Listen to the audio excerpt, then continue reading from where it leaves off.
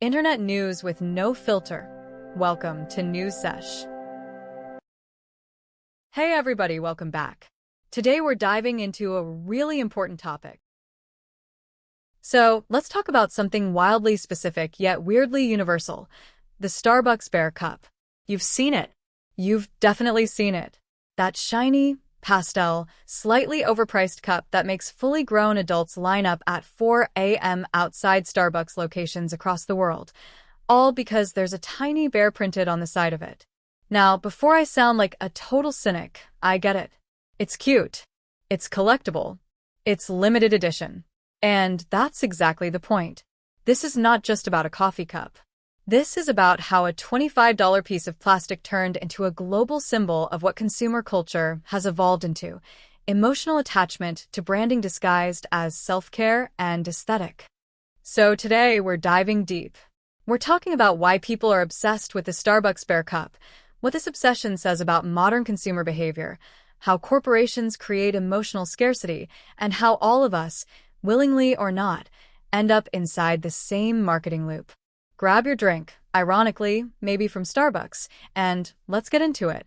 It started, as these things always do, with one limited drop. Starbucks released the Barista Cup, a tumbler featuring a little bear in a scarf, and it sold out instantly in parts of Asia. Videos showed people lining up before dawn, crowds forming outside stores, and resellers immediately posting cups online for triple the price. And within hours, it wasn't just a cup anymore. It was content. TikTok flooded with videos titled, "I finally got the Starbucks Bear Cup," with dramatic unboxings, squealing reactions, and soft music underscoring the emotional high of obtaining it. Instagram stories filled with sparkly clips of the cup in good lighting, because of course, half the purpose of owning it is showing that you own it. But this wasn't new. Starbucks has done collectible merch before: holiday cups, city mugs, reusable tumblers, but this time, the response hit a new level. Why? Because they've mastered the psychology of scarcity. Every time they release something limited, the brand taps into our collective fear of missing out.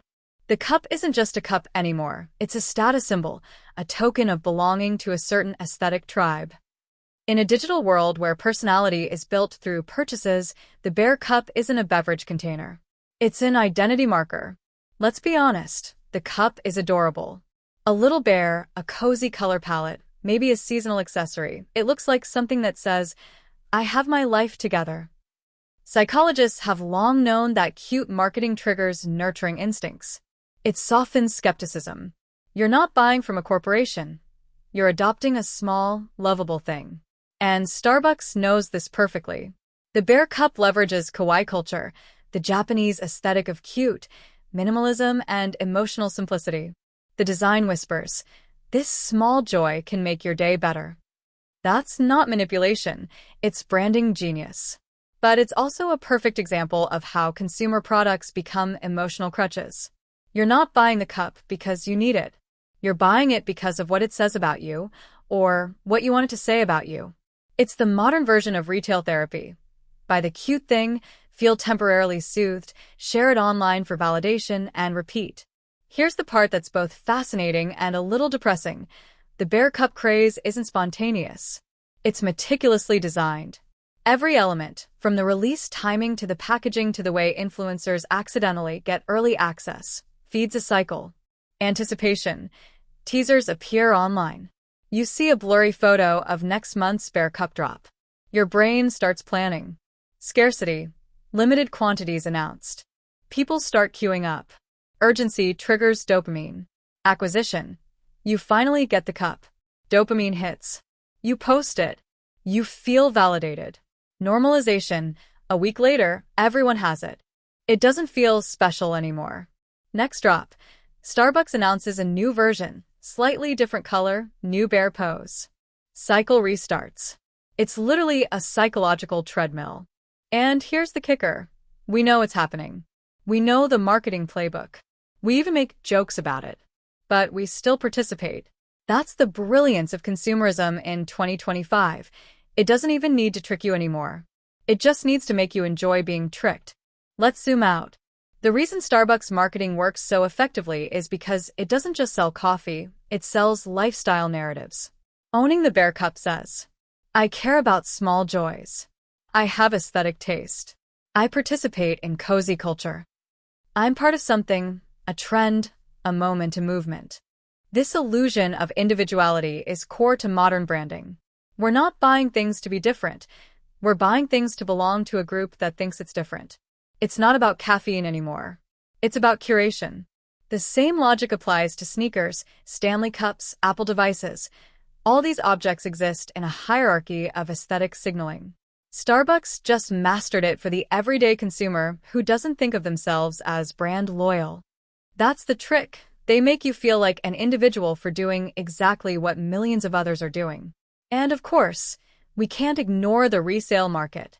Within hours of each Bear Cup release, resellers flip them on eBay, TikTok Shop, and Facebook Marketplace for insane markups.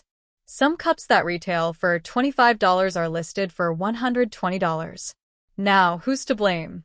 Not the people reselling, they're responding to demand. Not even the buyers. They're reacting emotionally to scarcity. The real culprit is the design of the system itself. Corporations like Starbucks intentionally underproduce. They could flood the market if they wanted to, but they don't. Because nothing kills desire faster than abundance. The scarcity model keeps hype alive, and it teaches us that satisfaction only comes through chasing, never owning. And that's why no one ever feels done. There's always another drop, another variant, another reason to line up again. Consumerism isn't about having, it's about wanting. This wouldn't be half as effective without social media. Every viral Bear Cup unboxing, every look what I got TikTok, every influencer haul, it's free advertising. It's the audience doing the brand's work. It's a feedback loop of envy and validation. Someone posts the cup, their audience wants it, they buy it, they post, repeat. Starbucks doesn't even need to spend much on traditional ads anymore. They just need to seed a few influencers, drop a few teasers, and let the internet do the rest. And what's wild is that this cycle feels participatory. It feels like community. Fans bond over it. They trade info about release dates. They line up together.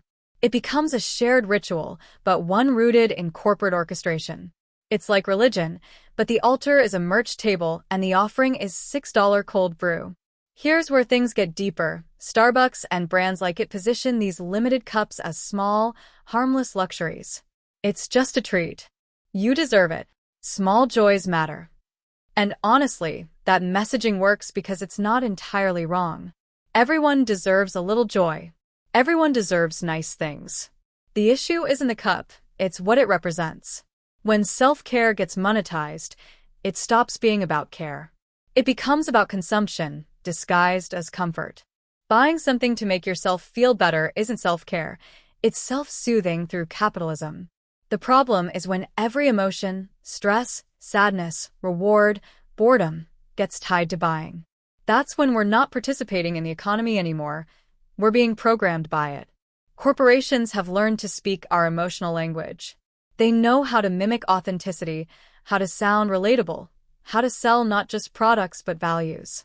Starbucks sells community. Apple sells creativity. Nike sells determination. They're not selling you objects. They're selling you stories you want to believe about yourself. That's why the Bear Cup works. It's not even about coffee or design. It's about being seen as someone who enjoys the little things. The scary part is that we willingly participate in this manipulation, not because we're brainwashed, but because it feels nice. It gives us microdoses of validation, belonging, identity. And in a chaotic, overstimulated world, that's incredibly powerful. At this point, collecting Bear Cups isn't just a hobby, it's a micro-addiction. People plan their schedules around drop dates. They hoard duplicates just in case. They line up before sunrise. They feel genuine disappointment if they miss out. It's the same dopamine feedback loop that drives social media scrolling and mobile games, a behavioral addiction disguised as a harmless interest. You're not chasing caffeine. You're chasing chemistry. The irony? The same people who roll their eyes at sneakerheads or Funko collectors are now doing the same thing, except it's wrapped in pastels and oat milk. And then there's the ultimate paradox. Starbucks promotes sustainability and reduce single-use plastic campaigns, while simultaneously manufacturing collectible plastic tumblers in dozens of variants per season. Each reusable cup still takes resources to make, ship, and package. Many end up sitting on shelves or landfills when the next limited edition drops. We call it sustainability, but really it's aesthetic consumerism with a green halo. It's wild that buying more reusable cups is marketed as eco-conscious behavior. It's like solving clutter by buying better shelves. Okay, so now that we've roasted the system, what do we do about it? The point isn't to shame people who like the cups. If owning one genuinely brings you joy, that's fine. The point is to stay aware. Awareness is what separates self-expression from self-manipulation. Before buying, ask, do I want this, or do I want the feeling this thing promises? Will this bring me joy after the dopamine fades? Am I buying for me or for how it looks online? Sometimes, just asking those questions breaks the loop. The Starbucks Bear Cup is more than a meme. It's a microcosm of modern consumerism, cute, harmless on the surface, but built on layers of psychological engineering. It's not evil. It's just efficient.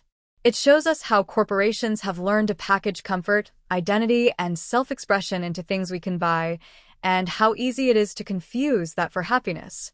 So maybe next time you see a viral cup drop, don't just roll your eyes, observe. You're watching one of the most successful social experiments in capitalism play out in real time. And hey, if you still buy the cup, at least you'll know exactly what you're paying for. A sip of validation, served cold. And that's a wrap, guys. Like if you did, subscribe for more fun. See ya.